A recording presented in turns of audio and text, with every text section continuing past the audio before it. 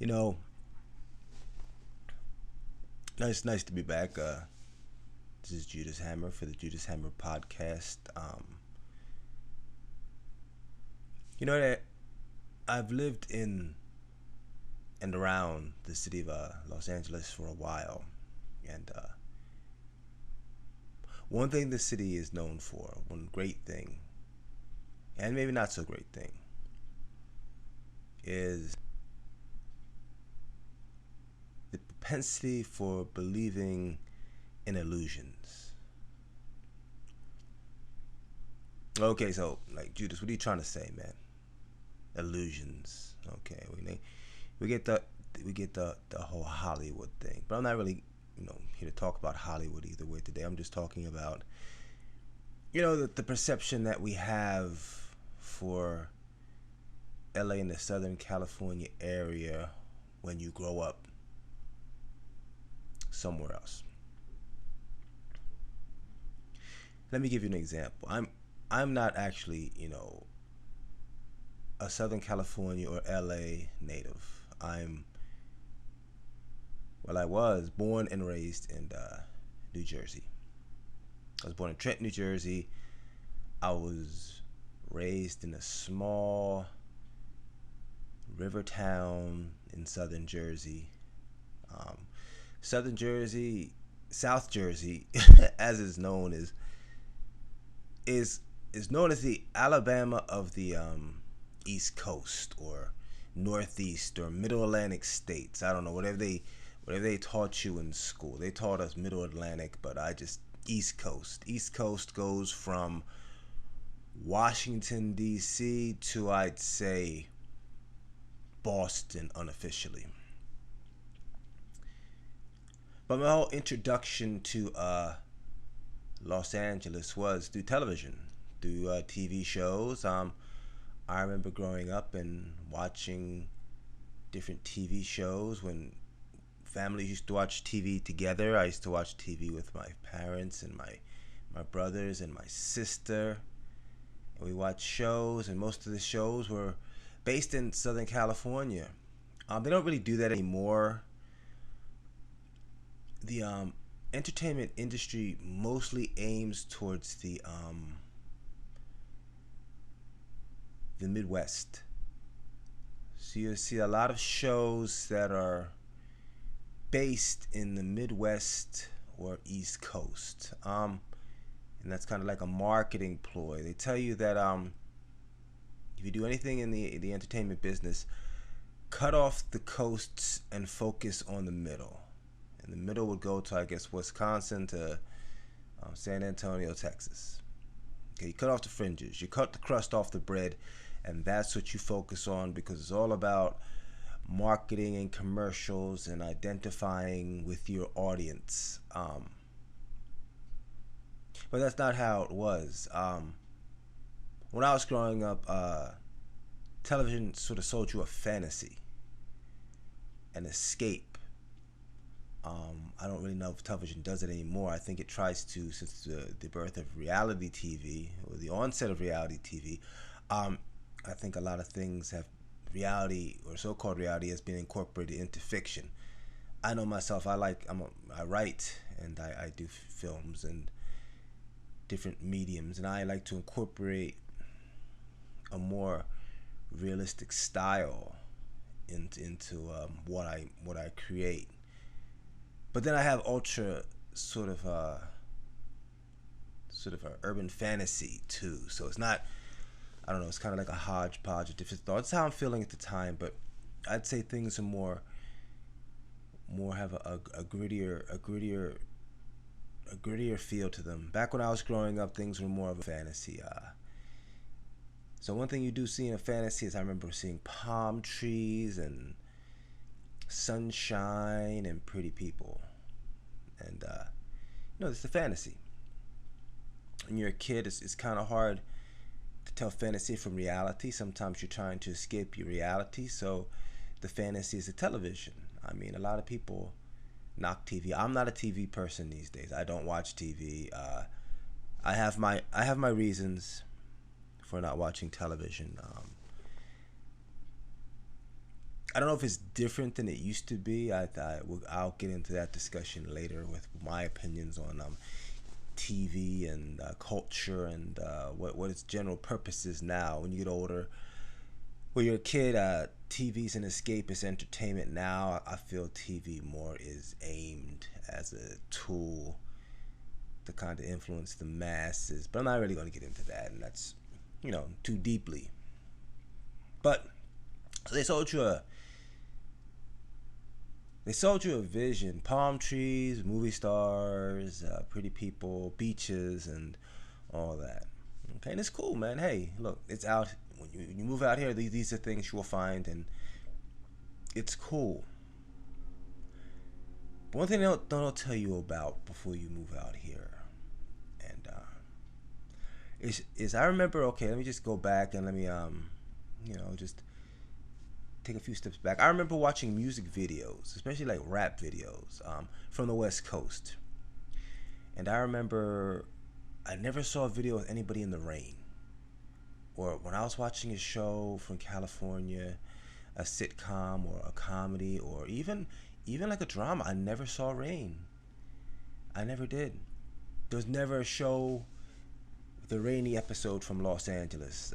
If somebody could find me an episode of any show in the past or even present day that has a rainy day in Los Angeles, hey, it's a rainy day. I know Friends and shows based in New York and New Jersey and Chicago and whatever. They had that rainy episode where I guess, it's a studio audience and they're inside.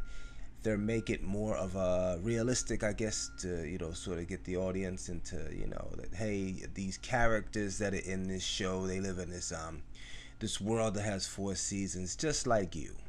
Okay? But I don't recall watching the LA episode of anything that had a rainy day or a cold day.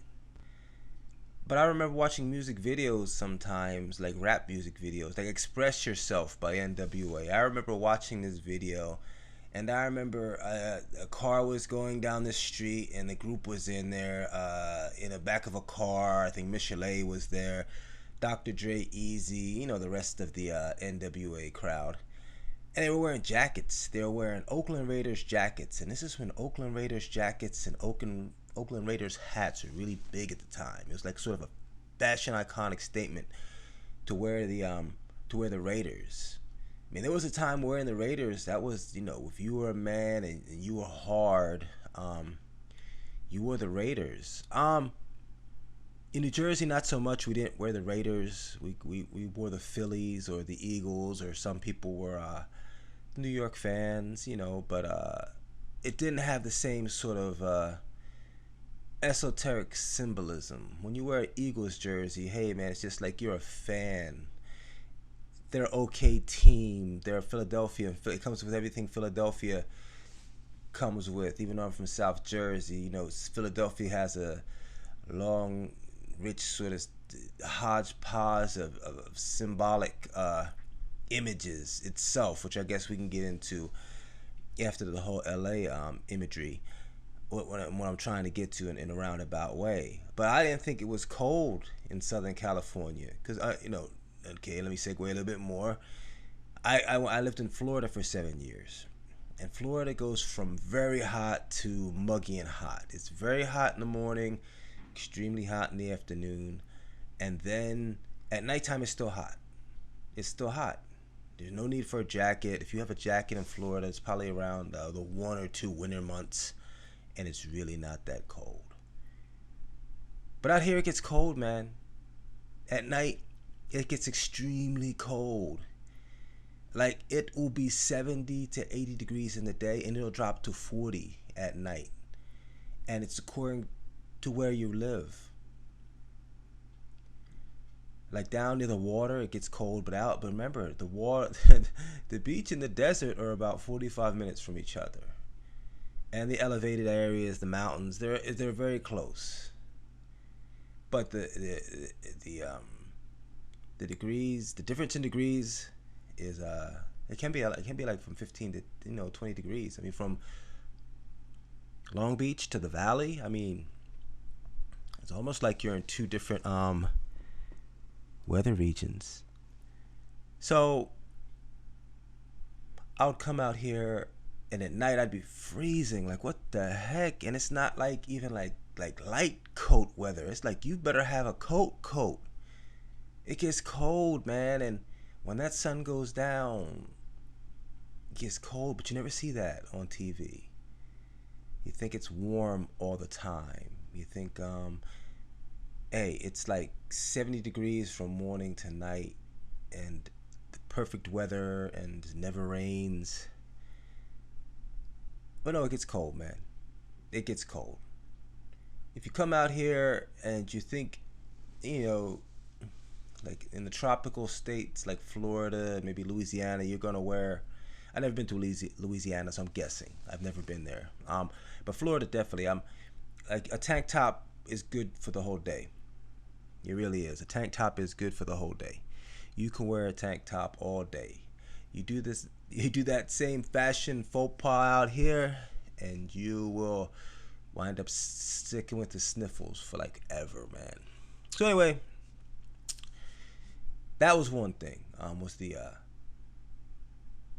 just it gets cold out here. It's warm in the daytime. It has some of the best weather in the world, I would say, in Southern California, LA area. But at night, man, it gets cold. So if you're not ready for it, man, you're gonna yeah, you might get sick. But here's the other thing. Okay.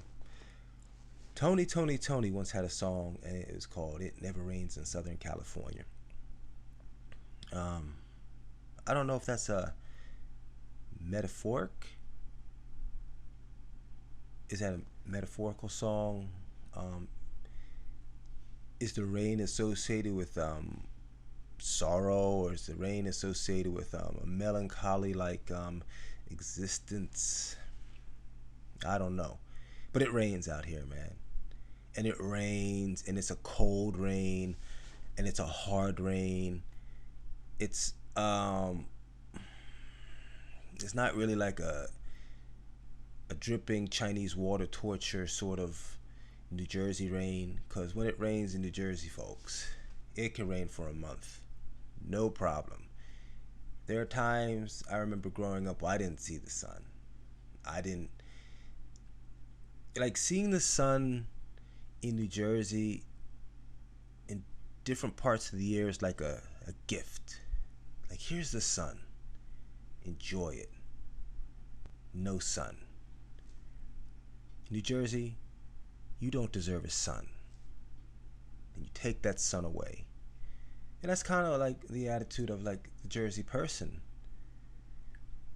Sometimes they're happy, about 10% of the times they're happy, other times they're gloomy people, angry people, spiteful people, but realistic people too, because the sun does a lot to put you in sort of this fantasy, everything's gonna be okay mindset, which is awesome, man. Awesome. But then there's reality. And reality is cold days, no sun, cloudy, and you still gotta live. You look outside your window, it's raining, it's cloudy. Guess what? You still gotta get up, get in your car, drive to work, get to work, sit outside. It's if you want to. People rarely sit outside. It's eat your lunch, walk around, but it's cloudy, man. That's it. You have nothing else to pick you up. But what kind of inner thoughts? Channel 5 News, whatever show is coming on at 8 o'clock, hopefully the Eagles, Sixers, Phillies, Flyers, one of those, Villanova, one of the local teams is going to a championship or having a winning season. These are the things that give you joy. We're out here, just a sunny day will inspire you. You just wake up and you just see a beautiful sunshine. So on days when you don't get that, it's like, wow, man, you really feel it. But it does rain out here, and it rains hard. And I'm not going to talk about the driving so much because, hey, man, I don't think people are great drivers anymore anywhere.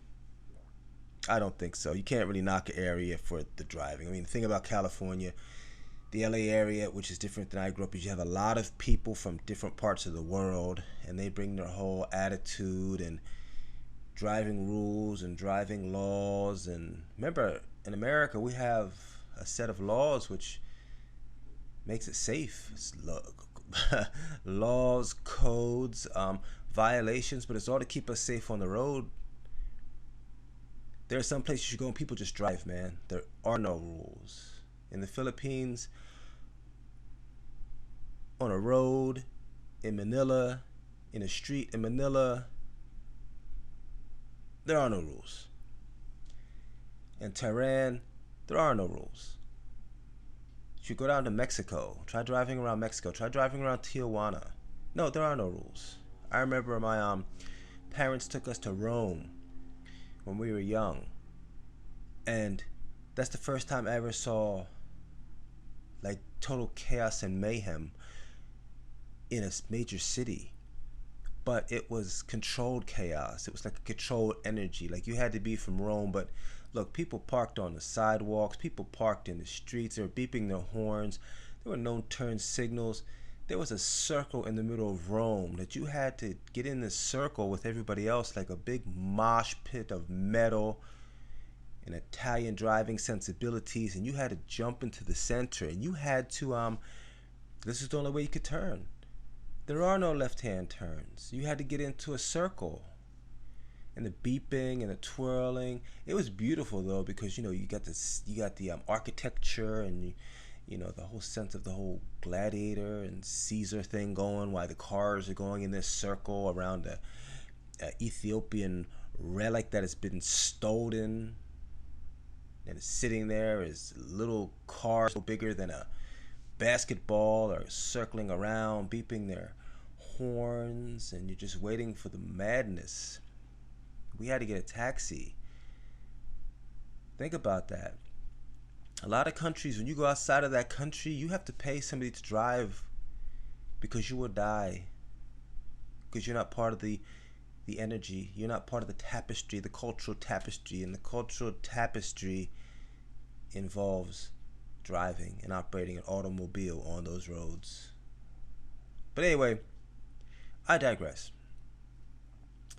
So it's not even when it gets rainy out here do you really care about the driving, because driving out here is horrible anyway. I don't care. And I've actually seen worse traffic in Atlanta. I remember being in Atlanta and I saw the downtown, I forget what major highway is in Atlanta, but it took us like an hour to get into the city, and the city skyline looked like it was in another country. It was credible. I don't know. So you can knock LA traffic all you want. Hey, you know what? Jump in a car and try to drive in New York City, and then try to park, and you let me know how that goes, okay? So anyway, the rain and the traffic sometimes are associated, but not a lot. But it rains and it's cold, and here's the thing that really gets it, man. The little things they never tell you, they never show you. Because they never show you these things. I'm telling you things you'll never see in a sitcom. Please, in any of the comments, please put a sitcom, television show, fictional event that has been made where they have had rain in Los Angeles. And post that so I can watch it, because I've never seen it. So I don't think it exists. And I've seen everything. I watch everything. Like my eyes have seen every type of movie, television show, documentary. But yeah, please, anything that's been out there, show me. It has to be official. It can't be like okay, it's Seattle, Washington, but they're filming it in a soundstage in Burbank. No. But that's part of the fantasy. I mean, think if they were to start telling people around the world, like, hey man, it rains here too, and hey man, it gets wet out here, and hey man, you can't always go to the beach, and hey, it gets cold at night. Would you have so many people come out here? I don't know. But I mean, the days where it gets sunny, man, yeah, those are great days.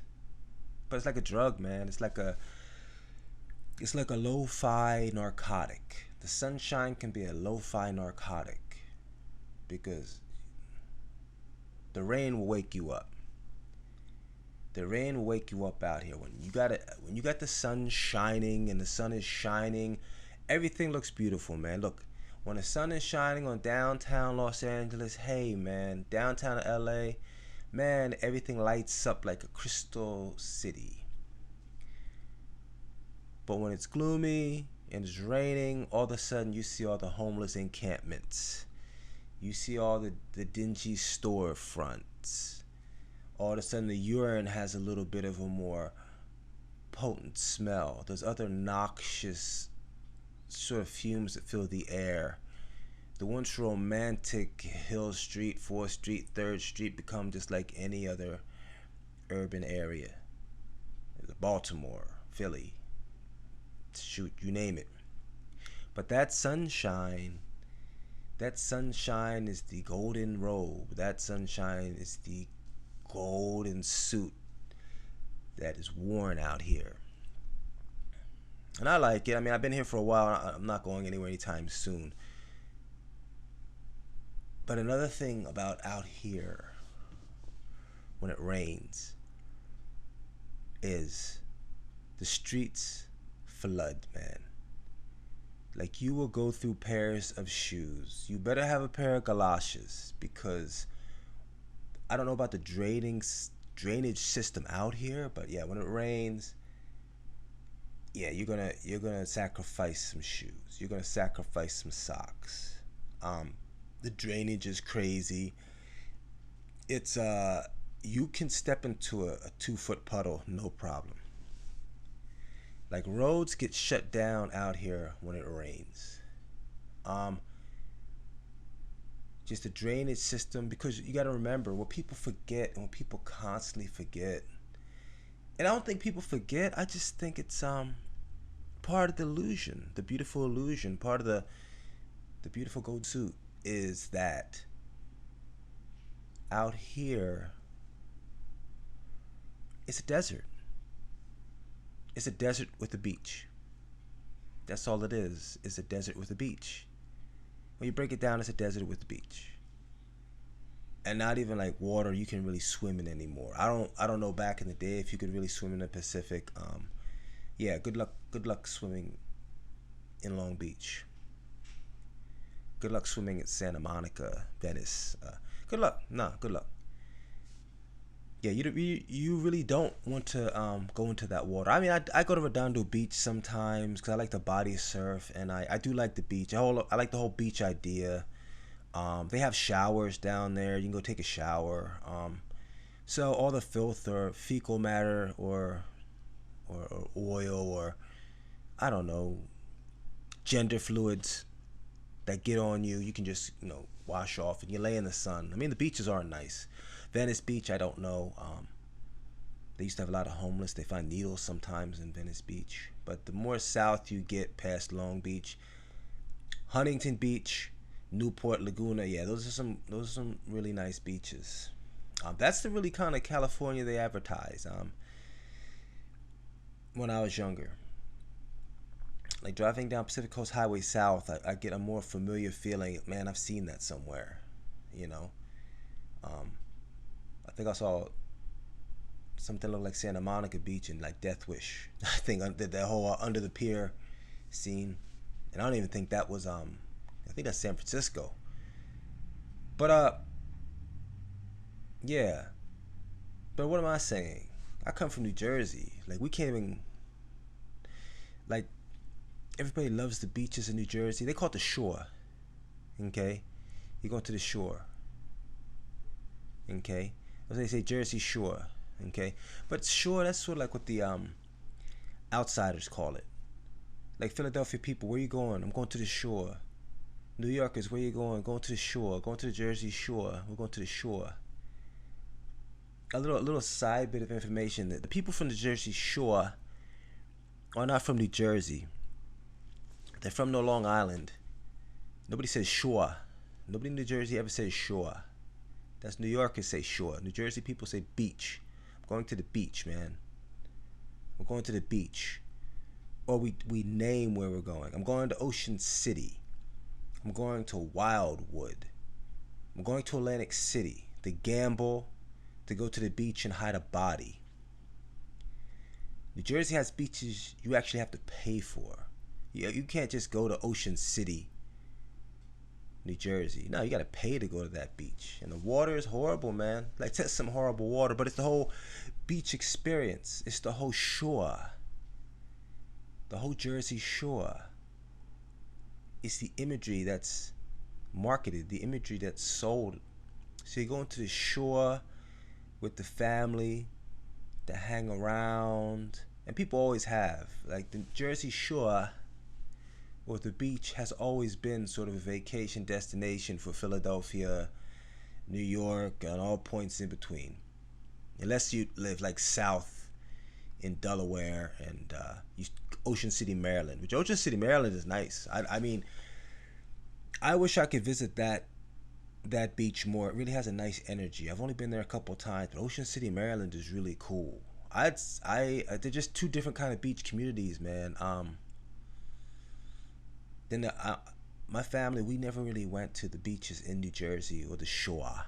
We went to Delaware. Delaware has really nice beaches. They really do. I think the water's a little bit cleaner. But New Jersey and the Jersey Shore is a lot like LA in the sunshine. I mean, now that I look back, it's a strong correlation between the two. Because the beach, I mean, if you go to Belmar Beach in Central Jersey, man, it's really nice. It's really cool, but you can't go into the water. It's not a good idea to mess around with the locals. And you just realize it's just a small, quiet city that becomes alive during the months of June through August. That's it. You go to some of these beachside cities during the off season, it's like ghost town. Like, there's nobody there. Some parts, like I don't know about Cape May, but I know Wildwood, and like I don't even know if they use the street lights. I don't know. You don't got to. Why would you need a street light when nobody's in your city, man? It's a ghost town. You know, and that New Jersey winter hits. The beach is no place to be in the wintertime, man. It's not cool to live near water in the wintertime. And that's another thing. When that sun disappears and you're near the water, man, that beach has a different aesthetic to it. It has an old man in the sea type. Fisherman, man, I gotta get up, it's cold, but I gotta make my living with this water. Man, I would never want to make my living with the water. And the reason I say that is I used to live in a small city. They call it Los Angeles, but it's, I don't, I mean, okay, officially it's Los Angeles. It has the Los Angeles LAPD patrols the lower section. The sheriffs patrol the higher section, western. The lower section is LAPD. Like, San Pedro does not have its own police force. The school is LA Unified School District. So, and they consider themselves LA. And officially they are LA. But if you ask them, they're from San Pedro. They have a very clandestine way about them. I'll go into that on another podcast. But what I'm saying is it has some beautiful beaches down there. You want to see some beautiful beaches? San Pedro, California. Beautiful beaches, man. Beautiful beaches. Only a couple blocks from like some really sort of sketchy areas, man. Some really sketchy areas. But the beaches in San Pedro are beautiful. Like, people fish, families go down there. I think a lot of people from Los Angeles, actually, the inner city of Los Angeles, South Central, East LA, they will come down to San Pedro and have like family days on the beach. There's barbecue pits, there's volleyball games going. And the beach on the weekend is just, it's an energy of just families and love and cooking and ranchero music, babies, and it's just a very good family atmosphere. You know, be a good idea to know Spanish though, I guess. Yeah, no Spanish. But San Pedro is known for having these beautiful beaches, and the thing about San Pedro, if you can afford, it used to be affordable, but you live walking distance to these beautiful beaches, and they have this beautiful marina in San Pedro. Like you can see dolphins. Like every once in a while, you can catch a whale. Like just go to these a dock down to these restaurants. It really has this really nice community feeling to it. But San Pedro's an interesting city. Like I said, another podcast. I'll have Dubs on here, and maybe some other people. We can talk about the city of San Pedro. But I just want to focus on the beaches and the illusion. And you know, these beaches are nice, man. They're it doesn't cost money to go to the beach. They people live around there, so people jog and they walk, and it's really sensational, feeling because you live right near the beach. But it's it's a tough city. It has gangs, like people die, man. It has a strong feeling of addiction. But what I'm trying to say is, San Pedro 7th Street used to be the dangerous street in the world at one point. It's a port city. Okay? They've had gangs there since the 30s. That's where the Zoot Suit riots happened. San Pedro. A lot of the buildings, it's a port city. So a lot of the buildings that you're looking at used to be bars, used to be brothels, used to be stuff, all the stuff sailors like. That's what San Pedro used to be, man. But if you go there today, it's not. But there's a certain section that's separated from the beach. If you go back near the warehouses, and that's where the fishermen leave and they go and they fish. The beach is kind of like a old fishing city. I mean, if you, I have a story called San Pedro Fisherman, and it talks about that. You can read it. It's online. But San Pedro Fisherman, San Pedro Seaman, and it talks about the life of a fisherman or a sailor, a freelance sailor in San Pedro. A lot of these guys are freelance. What they do is they sit in the their taverns and the bars, and when work comes in, they go out and they get on the ship and they go out to sea. I knew this guy named Dave. He did it, but that's in my story. I don't want to really talk about it now. Maybe I'll have him on the podcast. But it's San Pedro Seaman, and it talks about the life of a sailor, and what these guys go through. But so it has a beach, but then you have this whole fishing industry. The Croatians, the Greeks, the Italians, and these families still live in San Pedro today, and they make up sort of like the sort of San Pedro hierarchy or monarchy. Then you got the docks. The docks are in San Pedro. I think it's like the first or second biggest port in the world, LA Harbor. It's one of them. I used to teach that class. I was a teacher. One of the courses that I taught was exploring the port. No, and it was a horrible class to teach. But I mean, San Pedro, you got to know about that port because about 80% of the people make their living off the Port of Los Angeles. It's the Port of Los Angeles and the Port of Long Beach.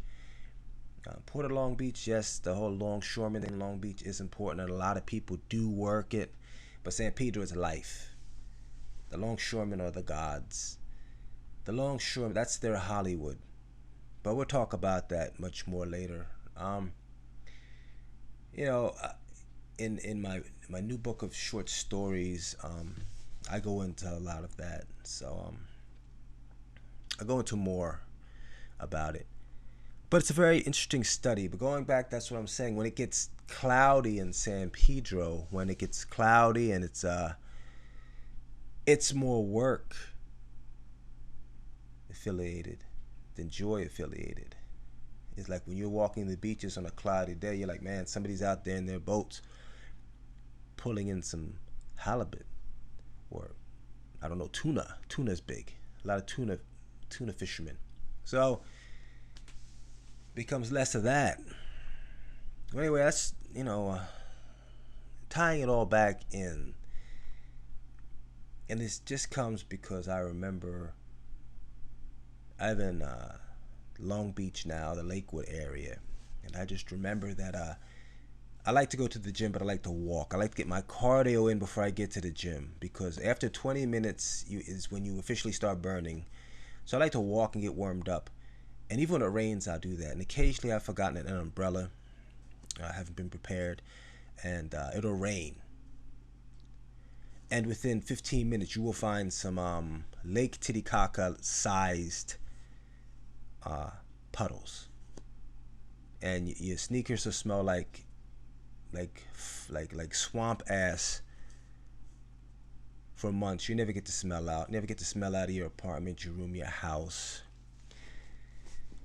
But once you step into one of those deep Aquaman sized puddles, it's like the whole imagery that we've been sold about Southern California and LA snaps. It's like you're back to reality. You're like, yeah, there's not a lot of seasons in LA per se, as far as months. But out in Southern California, we will have all 4 seasons in a day. Now, where else can you find that, man? So I know I started this podcast by saying that there's nothing really magical. It's just a place like anywhere else. It's just we're afforded more sunshine, and it's a little warmer because it's a desert. But through my journey of talking about that, I've actually rebuked it. Because yeah, in the LA, Southern California area, where I stay anyway, I don't know about San Diego.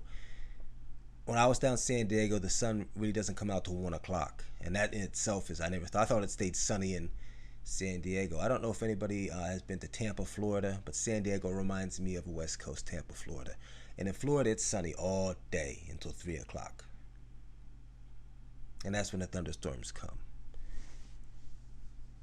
But I could talk about the thunderstorms some other time. But yeah, man, you're in a city where we don't have traditional seasons, but you can find every season in a day. Just last week during Thanksgiving, I saw snow.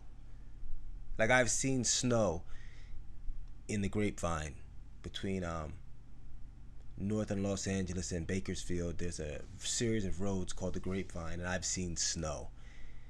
So yeah, in other parts of the country, yeah, you have traditional weather: fall, summer, spring, winter.